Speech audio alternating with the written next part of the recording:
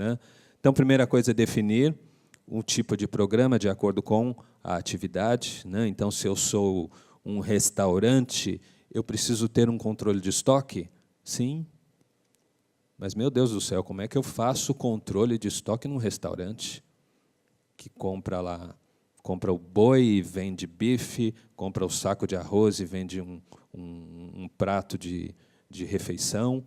Como é que vai fazer o controle de estoque de um restaurante? É muito complexo, não é? É complexo, mas existem sistemas voltados para esse setor. A mesma coisa se nós pensarmos numa padaria. Ah, mas padaria precisa controlar estoque? Claro, claro. Ela compra farinha, vende pãozinho, mas eu tenho que ter o controle do estoque de farinha e da quantidade de pãezinhos que eu vendi.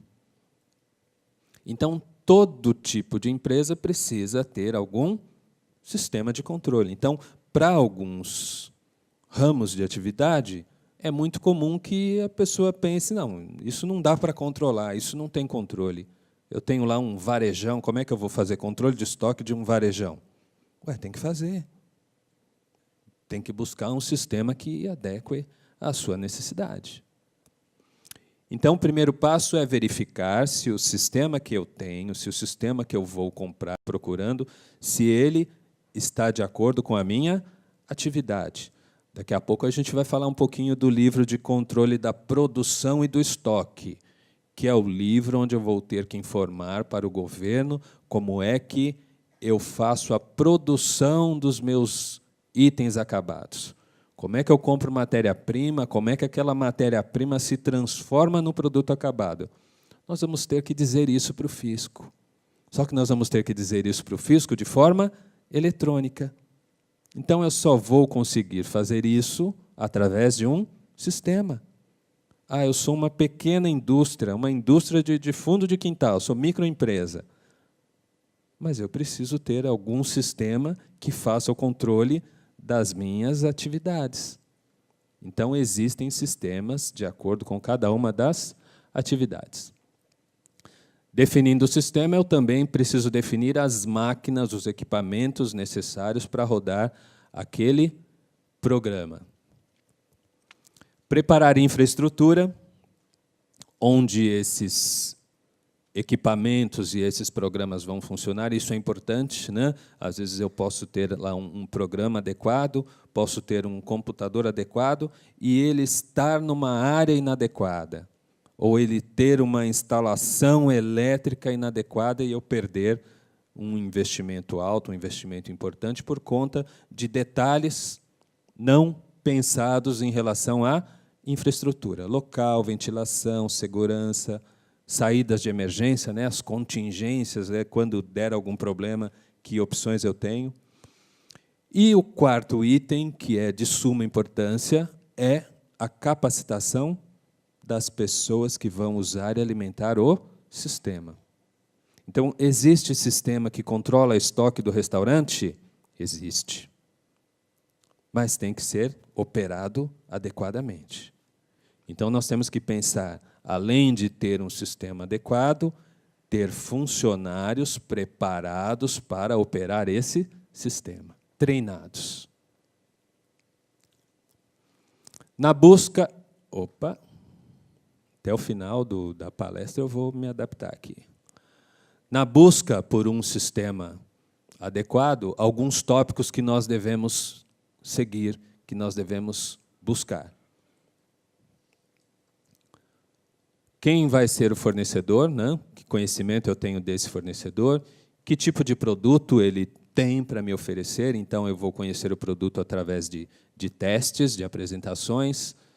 Os preços que se encaixam no meu orçamento, no orçamento da empresa. Que tipo de atendimento eu terei após o contrato? Isso é importantíssimo, né? Porque muita gente acaba também tendo contratempos ao adquirir um sistema e depois ter a dificuldade de obter suporte, de obter informações, de obter ajuda no dia a dia, na operação do sistema. Então, isso é importante que fique claro antes da contratação. Política de atualização e manutenção, um problema muito grande que tem sido enfrentado, agora já um pouco menos, mas lá em 2010, 2011, muitas empresas e também os escritórios de contabilidade dos meus colegas contadores tiveram esse problema. Mudou a lei. A lei agora diz que eu tenho que mandar um arquivo eletrônico. Esse arquivo eletrônico é super detalhado, exige uma série de informações. Meu sistema não estava preparado para isso. Tenho que mudar o sistema.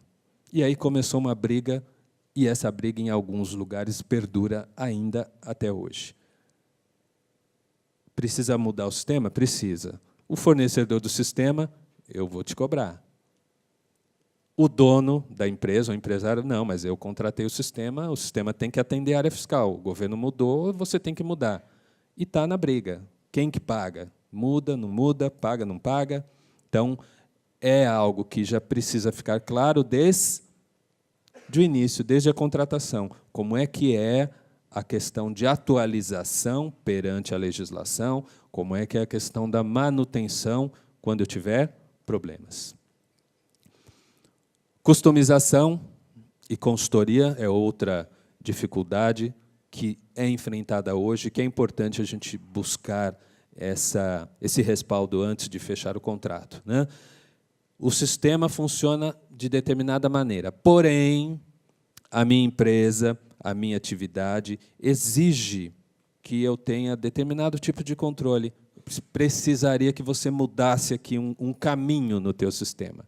A gente chama isso de customização, preparar o sistema para a minha necessidade. Então, eu preciso saber se o sistema que eu estou comprando, caso eu necessite, pode ser customizado?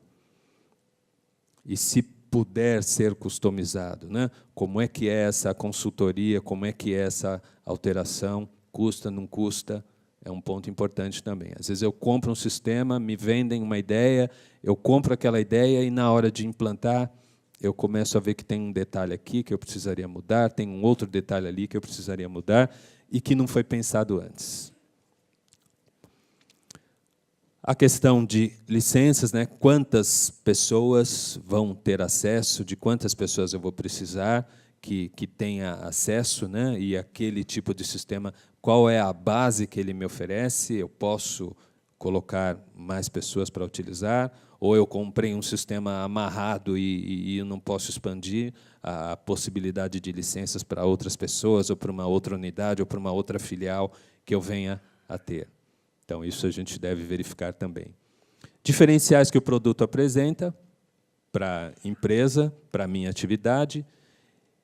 Emissão de nota e guarda do XML. Isso também é um ponto muito importante e para o qual não tem sido dado a devida atenção. Hoje, neste mundo de fiscalização eletrônica, o XML é o coração da contabilidade da área fiscal. É o XML é o arquivo da nota eletrônica, que vai alimentar os programas do SPED. E a legislação me diz que eu devo ter guardados todos os XMLs, sejam das minhas vendas, sejam das minhas compras. Esses XMLs precisam ser armazenados pelo prazo de 5 anos. E o que eu tenho percebido nos meus trabalhos de consultoria na prática é que tem muita empresa que ainda está fazendo a sua escrituração, os seus lançamentos, a sua contabilidade com base nos DANFs. E não tem certeza se possui todos os XMLs. Não sabe se todos os XMLs, principalmente os de compra, se eles estão guardados.